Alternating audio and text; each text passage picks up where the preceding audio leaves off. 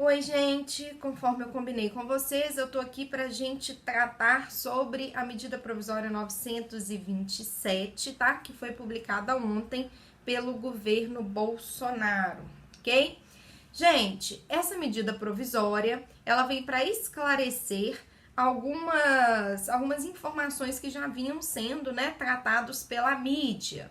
E logo o início da medida provisória, ela deixa claro que essa medida provisória 927 vai dispor sobre medidas trabalhistas que vão poder ser adotadas pelos empregadores para a preservação do emprego e da renda e para enfrentamento do estado de calamidade. E já no artigo 1º, parágrafo único, ele fala que durante o estado de calamidade para fins trabalhistas, esse momento que nós estamos vivendo vai ser encarado como um momento de força maior. Isso vai ser bastante relevante para a questão de horas extras e para a questão da extinção das verbas rescisórias, tá? Eu acho que o ponto mais polêmico, assim, dessa medida provisória é o seu artigo 2º, que fala que durante esse estado de calamidade pública, o empregado e o empregador vão poder celebrar um acordo individual escrito e esse acordo individual escrito vai ter prevalência sobre a lei, tá? Desde que respeite a Constituição Federal. A meu ver, isso é muito temerário, porque o artigo 2º, ele não fala quais matérias poderão ser tratadas por esse acordo individual escrito, e ele é muito genérico, ele fala que qualquer coisa que for tratada por esse acordo individual escrito, desde que respeite a Constituição Federal, terá prevalência sobre a lei e sobre os acordos ou convenções coletivas. A meu ver, é como se você tivesse rasgado os acordos e convenções coletivas e a lei e substituísse aí por acordos individuais escritos. Tem uma luz no fim do túnel, porque o artigo 2º ele fala que esses acordos individuais escritos têm que ter como finalidade a permanência do vínculo empregatício. E o próprio caput da MP, lá no artigo 1º, fala que essa medida provisória é para a preservação do emprego e da renda. Então, eu entendo que o acordo individual escrito, ele tem que visar a garantia do emprego. Então, aquela estabilidade presente na CLT, que eu já tinha comentado com vocês no vídeo anterior, né, que é cabível no caso de redução de salários, eu entendo que deverá continuar sendo plenamente aplicável, mesmo que não esteja disposto nesse acordo individual escrito, tá? O restante da MP ele vai tratar de forma mais específica medidas que poderão ser adotadas pelos empregadores nesse momento de estado de calamidade pública, tal como teletrabalho, antecipação das férias individuais e etc. Eu vou conversar com vocês de forma bem sucinta sobre cada uma dessas hipóteses, tá? A primeira é a hipótese do teletrabalho, do trabalho remoto, está tratada no artigo 4º e no artigo 5º da CLT, tá? O artigo 4º, ele fala que agora fica a critério do empregador alterar o regime de trabalho do empregado de presencial para remoto, para teletrabalho, tá? E que não é preciso nenhum tipo de acordo para que isso seja feito, nem acordo individual escrito, nem acordo coletivo, tá? É desnecessário um aditivo contratual para isso, então não é necessário que haja um registro prévio dessa alteração no contrato individual de trabalho. O único requisito é que o empregado seja pré-avisado dessa alteração com 48 horas de antecedência, tá? Gente, a MP também aqui no teletrabalho trata sobre a responsabilidade pela aquisição, pela manutenção ou pelo fornecimento dos equipamentos tecnológicos e da infraestrutura necessária e adequada para a prestação do teletrabalho, tá? Ela determina que deverá ser firmado um acordo escrito entre as partes, que vai tratar, né, sobre esse fornecimento, essa aquisição deste material, e que este contrato escrito poderá ser firmado no prazo de 30 dias, começando a contar da data da alteração do regime de trabalho de presencial para remoto, tá? O parágrafo 4º, ele trata da hipótese específica em que o empregado não possui esses equipamentos tecnológicos, essa infraestrutura necessária para a prestação do teletrabalho, e diz que nessas hipóteses o empregador pode fornecer esses equipamentos por meio de comodato. Para quem não é da área do direito, o comodato é uma espécie de empréstimo gratuito.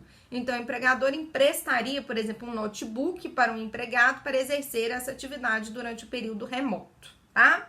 Se não for possível oferecer esses meios através do comodato, o inciso 2 do parágrafo 4º fala que, diante dessa impossibilidade, o período da jornada normal de trabalho vai ser computado como tempo à disposição do empregador.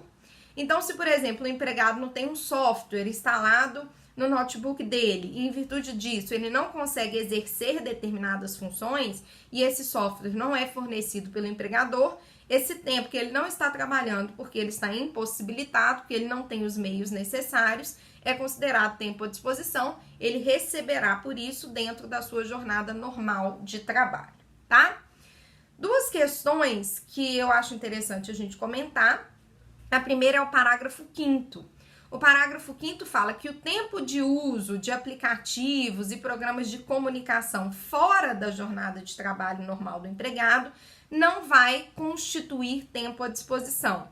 Para mim aí foi o assassinato do sobreaviso, né? Significa que todo aquele período que você está no WhatsApp, que você tem reuniões no Skype fora do horário de trabalho, mas que você está sendo plenamente acessado pelo seu empregador, durante o período de calamidade pública não será considerado tempo à disposição, a não ser que haja previsão em acordo individual escrito, tá?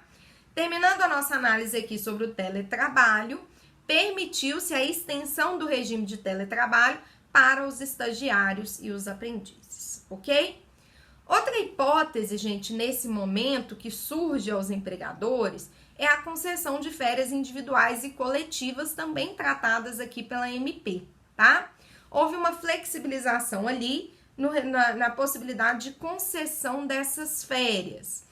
A CLT, ela fala que as férias individuais devem ser pré-avisadas com no mínimo 30 dias de antecedência ao empregado.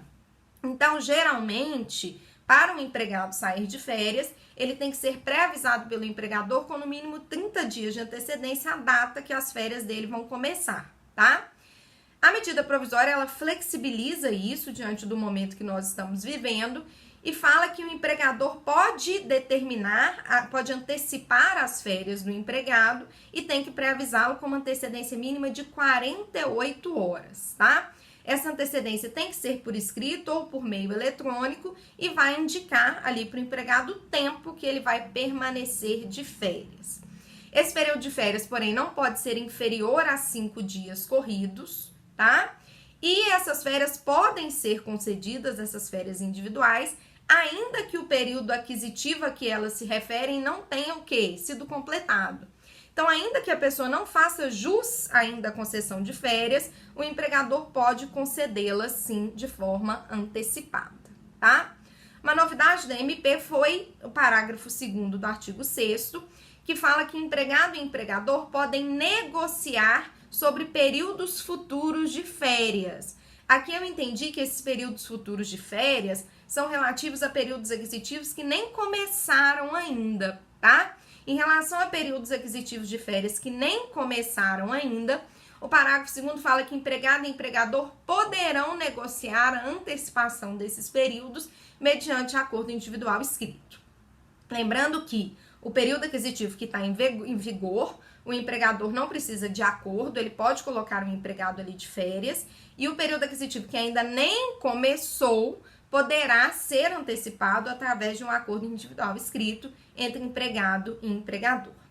A preferência de férias nesse momento, gente, é para o grupo de risco, né, do coronavírus. Então, se a empresa toda não puder ser colocada de férias individuais, a própria medida provisória fala que a preferência é para o grupo de risco, tá? O artigo 7º, ele fala especificamente sobre os profissionais de saúde, fala que o empregador ele poderá suspender as férias ou licenças não remuneradas dos profissionais de saúde ou daqueles que desempenham funções essenciais, mediante uma comunicação formal, e deve pré-avisar esses empregados também no prazo de 48 horas, tá? Em relação ao pagamento aqui das férias, a gente também teve uma flexibilização. permitiu-se que a remuneração das férias, gente, seja paga até o 5º dia útil subsequente ao início do gozo dessas férias. Atualmente, as férias elas têm que ser pagas até 2 dias antes do seu início. Aqui a gente teve uma flexibilização. Então, durante o período de calamidade pública, as férias podem ser pagas até o 5º dia útil subsequente ao seu início, tá? E o terço de férias, que a regra geral é que seja pago junto com a remuneração das férias, também sofreu uma flexibilização.